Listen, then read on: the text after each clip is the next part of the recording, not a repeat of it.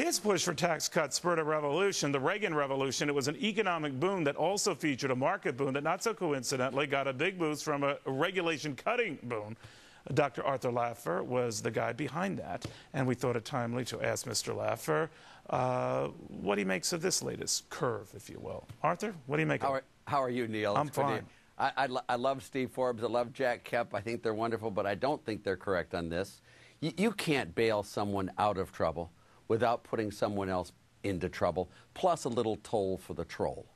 If you do a $700 billion program, believe me, that's very costly to administer, et cetera.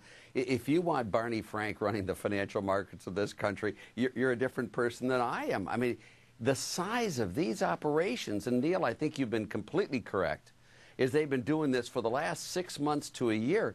And the federal budget deficit, the commitments to the future, have risen more than at any time since the World War II.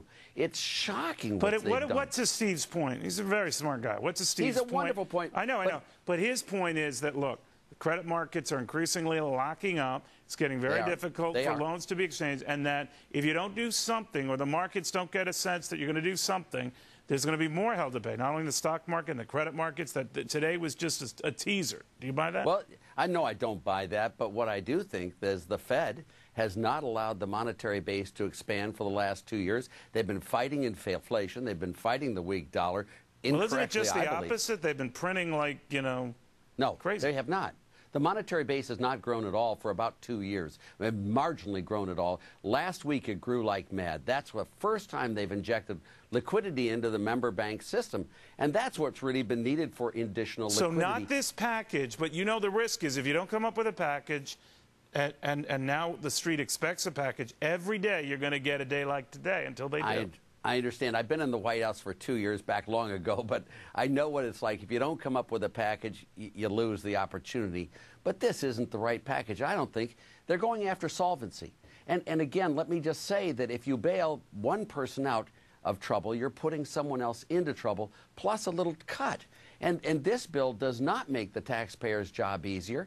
I don't think it's a thing that will do the liquidity. Bear Stearns didn't work. Lehman didn't work. None of those have worked. Fannie Mae, Freddie Mac, the stimulus package, which was so ill-conceived.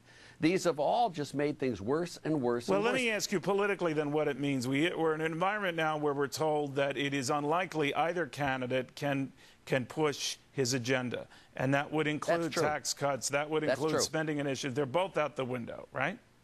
Well, I think the tax increases of Obama are clearly out the window. What about his middle-class tax cut? Bill Clinton canceled his in a similar environment where the deficits were looking worse than thought. Well, I think his middle-class tax cut is really letting the tax cuts that have already occurred under Bush continue going forward. I don't know if he's going to cut them even further. But whatever it is, no, you're not going to get any more tax cut initiatives in this process. But I don't think anyone's going to raise taxes in 2010 under the current economic circumstances. Well, by 2010, you're hoping we're over this. So even a John McCain faced with these deficits, if he were elected, he might be tempted to raise those top rates, right? Well, he might be. I don't know what he will be. I mean, I'm with neither campaign, frankly. I'm voting for McCain, but I'm not with any campaign. I think right now, if you have a bad economy, you're not going to raise those high rates. I think John McCain has made the point incredibly well, that he wants to cut spending. And that's where we need to be today. I mean, I'm a tax cutter, but there are times when you really got to pull in the spending. And the increase in the federal budget deficit from all of these stimulus packages is outrageous, Neil. I mean, your point's exactly correct.